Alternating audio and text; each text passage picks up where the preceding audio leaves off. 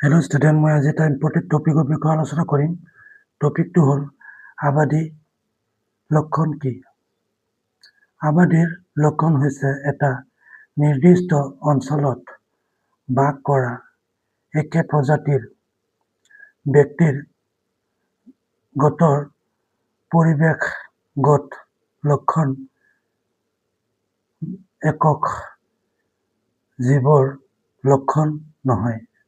বা আবাদী লক্ষণ হৈছে এটা নিৰ্দিষ্ট অঞ্চলত বাস কৰা একে প্ৰজাতিৰ ব্যক্তি গোটৰ কিছুমান নিৰ্দিষ্ট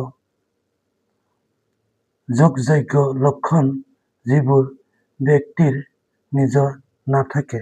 এতিয়া আনচাৰটো ধুনীয়াকৈ লিখি লোৱা।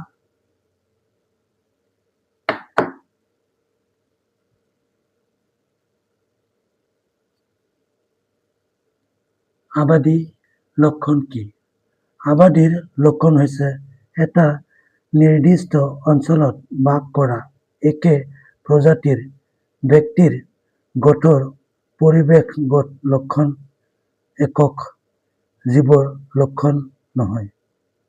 বা আবাদী লক্ষণ হৈছে এটা নিৰ্দিষ্ট অঞ্চলত বাস কৰা একে প্ৰজাতিৰ ব্যক্তিৰ গোটৰ কিছুমান নিৰ্দিষ্ট যোগযোগ্য লক্ষণ যিবোৰ ব্যক্তিৰ নিজৰ নাথাকে।